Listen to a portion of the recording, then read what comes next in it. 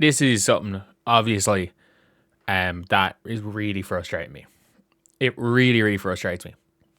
It's stuff like this where it's like,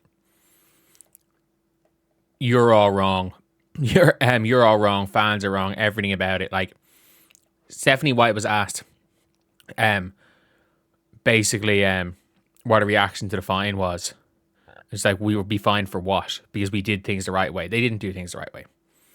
Everybody knows they didn't do things the right way. There'd be no investigation if there wasn't. And even Caitlin Clark coming down and explaining the whole day. That's not why people had the problem. It is pretending that it is genuinely. And yeah, they're probably going to go and take James Media's pass away. James Boyd. Shout out James Boyd actually asking the questions. Shout out to him actually asking the questions. And all they had to do was say, Caitlin Clark questionable. Like, they're making it out like it's this whole fucking HIPAA violation. There's this whole thing that the Indiana Fever did nothing wrong, and like Caitlin Clark didn't even know until a little bit before that she wasn't playing. That's not the point. And I think they're intentionally missing the point. So that I think they're intentionally missing the point. So the fans basically go like, it's made to look like, oh, fans are bad, fans are being unrealistic. No. They absolutely are misleading fans, and they've misled fans the past year. If this was a one-off situation, the Indiana Fever organization lied about Caitlin Clark's injury last year. They said the ankle injury had nothing to do. Like, genuinely, like, it had nothing. They said it. They publicly said it had nothing to do with Caitlin Clark being out, when it turns out it was the whole reason it was out. I stand by this. It is it's one of those things where this is it, where you've gone I can guarantee you're probably going to see James Boyd lose his press pass or ability to answer questions. Why? Because when the media aren't just asking like stands, and everybody, including Caitlin Clark, are absolutely like faking ignorance to the actual problem, which is that she wasn't on the injury report the day before, despite the fact that she was injured. She was 50-50. She was potentially not playing that game. Not that she wasn't definitely not playing. There was a chance she wasn't playing. So you put her on the injury report as questionable or as probable, as they did. And you know that the Fever didn't do anything right. How they did something wrong. Because she was put down as probable today. She was put down as probable for today's game. That is it.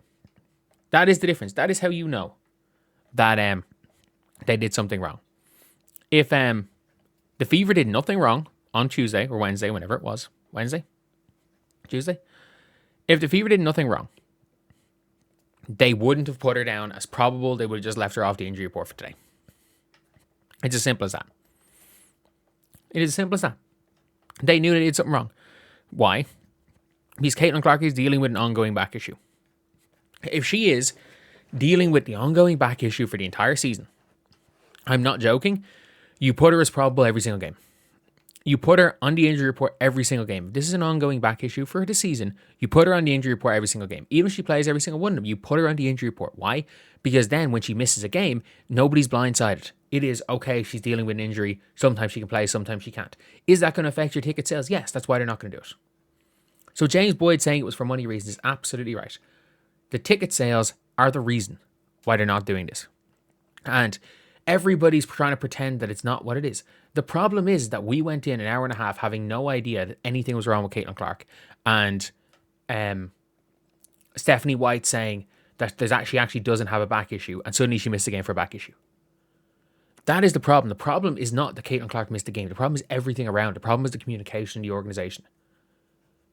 That is the problem. And Caitlin, Stephanie, everybody pretending that the problem is that she just was called out of the game late. For some, sure. But that's not it.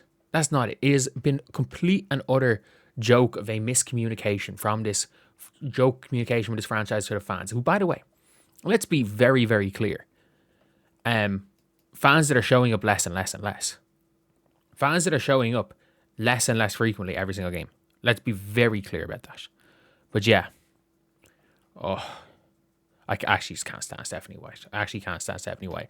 Because again, if they did things the right way, Caitlin Clark they wouldn't have put Caitlin Clark on the injury report. They literally did what people were asking them to do, put Caitlin Clark on an injury report. They did it for this game. If they did things the right way the other day, they wouldn't have changed it up for this day. How fucking ridiculous is she?